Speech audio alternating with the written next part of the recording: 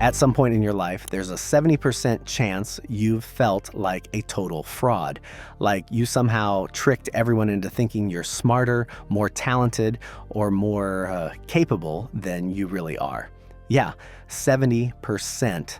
That's basically everyone except like toddlers and narcissists. And the weirdest part, it hits the high achievers the hardest. The ones who are actually doing well, getting the degree, the job, the promotion, but still walk around thinking any day now they're gonna find out I'm just winging it. But what if this feeling isn't a bug? What if it's part of the system? What if the very thing that drives you to succeed is the same thing making you feel like a fraud? Oh, and if you saw our video on the bus stop paradox, you might already know. Waiting for the perfect moment, the perfect version of yourself, or the perfect arrival is a trap. Impostor syndrome? That's just the fancy name for the trap's voice. Success still feels fake. Let's talk about that annoying little voice in your head, the one that whispers, "You don't belong here." Right after you accomplish something significant.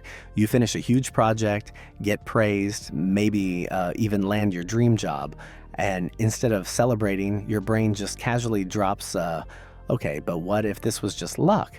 Like it couldn't possibly be because you're good at what you do. That, my friend, is the imposter syndrome in full swing. But it's not just self-doubt. It's not a lack of confidence. It's this full-blown inner conspiracy theory that you somehow faked your way into everything you've earned, and that any day now, someone's gonna pull back the curtain and go, aha, I knew it, total fraud. You look around at your peers and see confidence, certainty, like they all got a manual you somehow missed. Meanwhile, you're secretly rehearsing how to sound like you know what you're doing, even when you do. What's wild is that it doesn't hit people who don't try, it hits the ones who do. The people who stay late, try harder, over-prepare, over-deliver. The high achievers, the overthinkers, the ones with resumes, degrees, portfolios. It's like the more qualified you become, the more the voice in your head is like, okay, but do you really know what you're doing though? And instead of confidence growing with success, what grows is fear. Fear of being seen, fear of being found out, fear that one tiny mistake will expose you. And maybe the worst part, you think you're the only one feeling this. Like everyone else is built different, but that's the lie. That's the whole trick. Imposter syndrome doesn't show up because you're not good enough. It shows up because you are. You're stepping into spaces that challenge you. You're growing, you're building something real, and that little voice is just scared you're about to finally believe it. The fear behind the achievements. Let's say you actually do something impressive, you graduate, top of your class, you launch a project, you lead a team, people clap, you get congratulations, LinkedIn endorsements, maybe even a bonus, but internally, there's this pit in your stomach, this weird guilt, like you just got away with something, and instead of enjoying it, you're scanning for flaws, replaying what you said, wondering if anyone noticed you don't actually belong there. This is the paradox of imposter syndrome. The more successful you are, the more you feel like a fraud, and not in a humble brag kind of way, but in a real, creeping, low-grade, dread kind of way.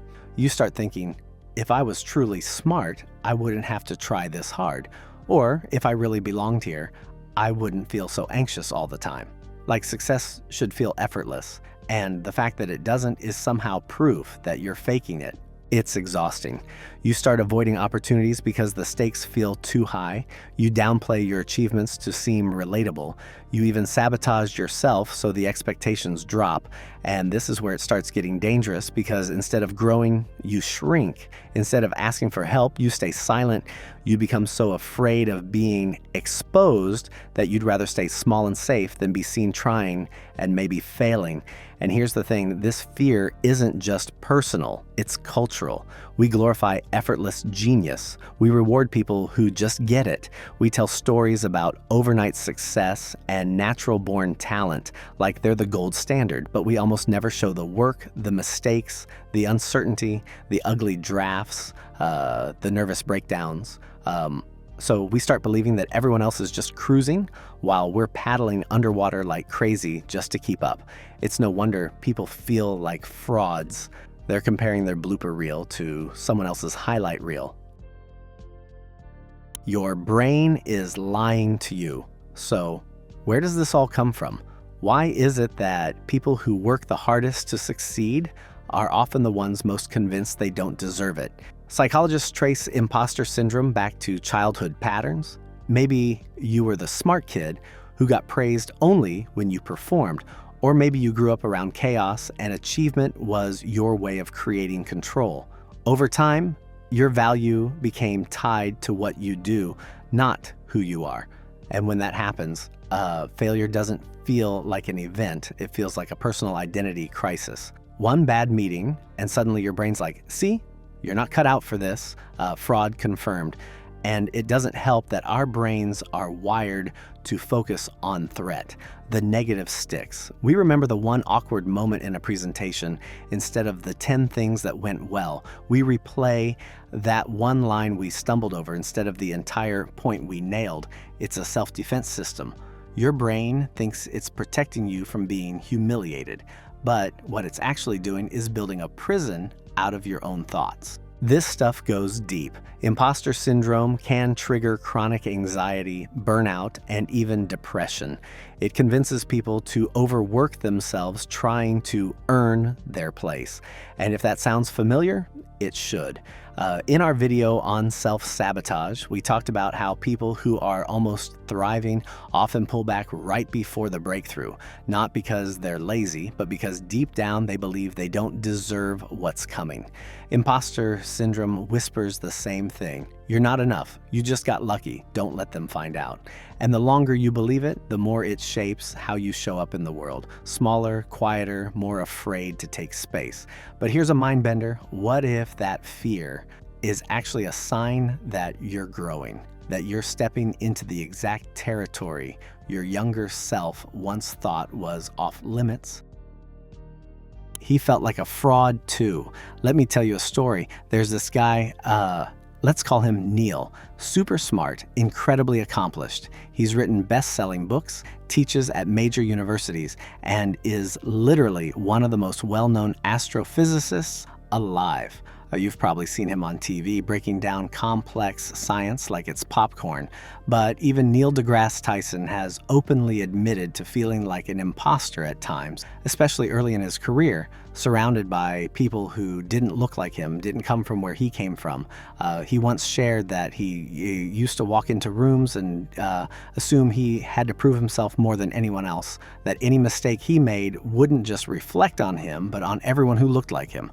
That's the kind of pressure imposter syndrome loves, the kind that tells you you're being watched. You better not mess this up. One slip and it's over. But here's the powerful part. Neil didn't wait to feel fully confident. He moved forward anyway, not because the fear disappeared, but because the work mattered more. He showed up in rooms where he felt out of place, spoke on topics where the stakes were high, and made science accessible to millions, all while hearing that little voice saying, "You sure about this?" That's the thing no one tells you. Imposter syndrome doesn't vanish with success. It shapeshifts. It goes from "I'm not smart enough" to "I'll never live up to the hype," from "I don't belong here" to "What if I peaked?" But the people who grow are the ones who learn to coexist with that fear, to keep moving even when it's loud, to stop waiting for silence in the mind before taking the next step. And maybe that's what real confidence is, not the absence of doubt, but the choice to keep building, keep showing up, even with the doubt riding shotgun. You belong here, even if it feels wrong. So here's what we've uncovered. Imposter syndrome isn't some rare glitch.